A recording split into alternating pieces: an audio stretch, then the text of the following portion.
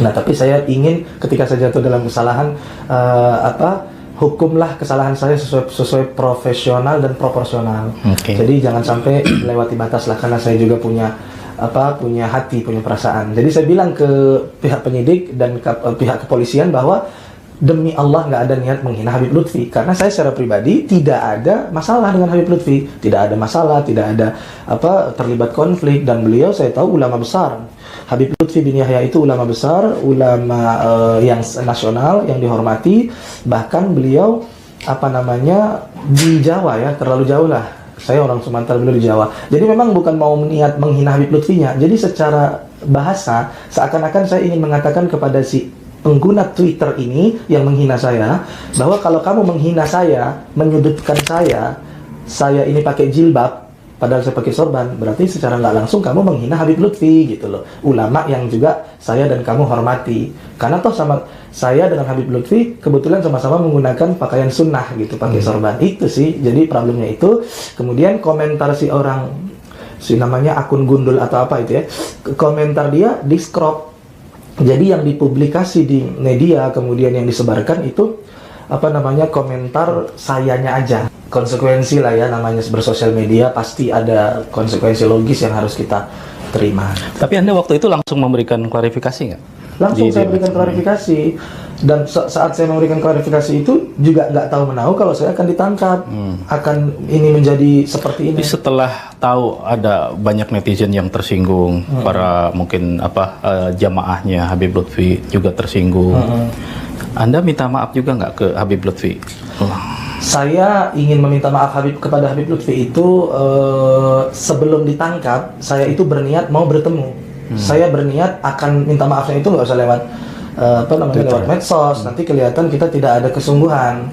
Saya akan kumpulkan uang, kita bawa keluarga, kita beli tiket rapid test, kita berangkat ke Jawa Timur. Kenapa? Karena memang Jawa Tengah, Pekalongan. Ya, saya nggak ada masalah dengan Habib Lutfi, dan Habib Lutfi itu ulama, dan foto-fotonya kita save di sama seperti ini. Kalau misalnya ada orang mengatakan kamu pakai jilbab mahir, lalu saya mengatakan berarti yang pakai jilbab juga Rasulullah, dan Rasulullah kan pakai sorban. Apakah itu mengandung makna bahwa saya menghina Rasulullah? Enggak.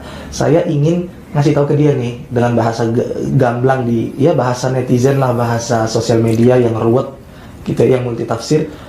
Kayak Kiai Bansir ini ya, cantik kayak Kiai Bansir ini ya, sambil saya tampilkan fotonya Habib Lutfi yang sedang pakai sorban juga kayak saya, bahwa kalau kamu menghina saya, kamu sebut pakai jilbab kamu juga menghina Habib Lutfi. Atau mungkin karena netizen juga sering lihat Anda sering juga melontarkan kata-kata kasar gitu kan, jadi langsung menyimpulkan ketika Anda mencuit soal Habib Lutfi, oh ini tidak mungkin Anda bahwa ini adalah tidak ada niat buruk gitu. Pasti ada niat buruk, karena yaitu rekam jejak Anda sebelumnya juga banyak banget kan melontarkan kalimat-kalimat kata-kata kasar. Iya, kalau kata-kata kasar, terkait dengan kata-kata kasar. Kata-kata kasar itu memang sulit sih ya, karena saya menjawabnya agak sulit. Kenapa? Karena kulturalnya gini.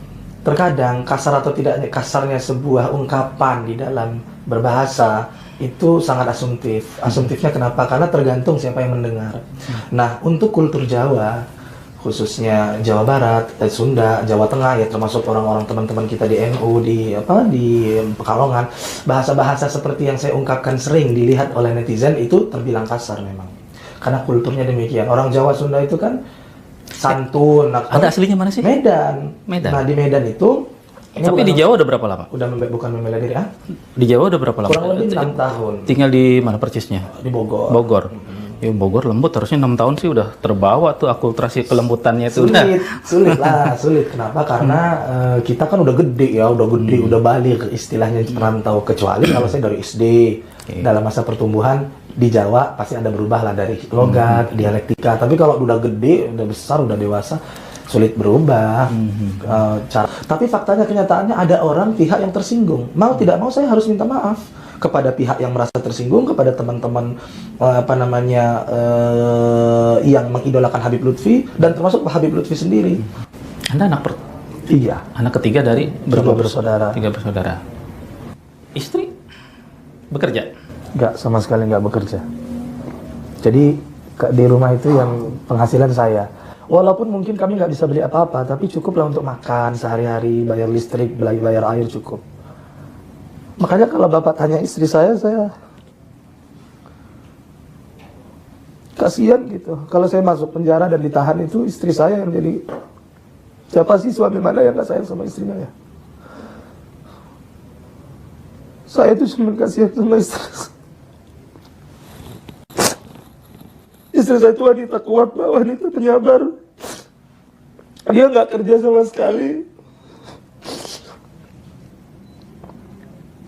Kami menghidupi 2 orang anak, kontrakan rumah, harus ini, harus itu. Sekarang istri saya lagi sakit drop. Saya udah nggak peduli apa kata netizen. Wah, dia singgah di luar, nanti di luar, di dalam kayak kucing. Saya nggak mikirin itu. Saya mikirin anak istri saya. Dengan saya bebas, dengan saya nggak ditahan lagi, saya bisa kerja cari nafkah, saya bisa dakwah ngajar. Dan saya udah trauma untuk yang perang-perang medsos ini, saya udah trauma, saya udah nggak mau. Bahkan saya ingin ngajak teman-teman untuk mari kita cooling down, mari kita berubah. Udah berapa lama sih ditahan? Baru semalam ini kan? Enak aja, 3-4 hari 4 malam udah, dan nggak tidur.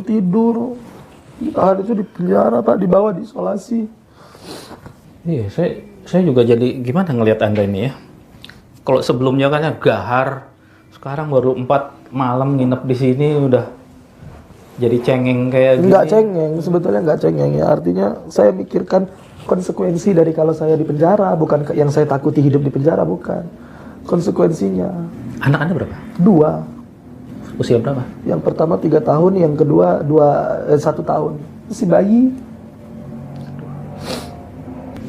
Kan akibat perbuatan Anda akhirnya istri, anak-anak, mungkin keluarga besar juga kan ikut menderita. Iya.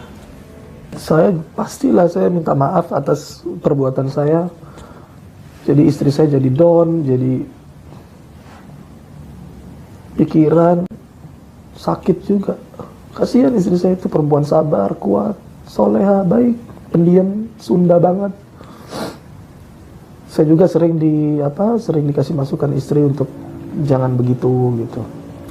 Ya tapi saya secara pribadi ini jadi pengalaman lah, jadi pembelajaran buat saya juga. Ustadz punya niat, punya keinginan nabung, mengumpulkan ongkos untuk bisa bertemu Habib Lutfi. Dan insya Allah si Habib, saya pernah bertemu beliau, pernah wawancara beliau, orangnya baik, pasti memaafkan. Tapi kira-kira apa yang akan disampaikan? Ya, pertama saya akan meminta maaf kepada Habib Lutfi, dan saya akan pengen cium tangan beliau, udah itu aja. Karena Habib Lutfi itu ulama, bukan sekedar ulama, dan beliau min zuriyatin Nabi. Kami termasuk orang-orang muhibbin lah, orang-orang yang mencintai habaib. Dan Habib Lutfi itu memang sama sekali, saya ingin sampaikan isi hati saya bahwa saya itu nggak benci sama beliau. Saya tahu cuman balasan komentar saya itu disalahpahami oleh banyak orang, kemudian digiring kepada opini lain dalam tanda kutip bahwa saya menghina Habib Lutfi, itu aja. Saya tuh minta maaf dan cium tangan beliau itu.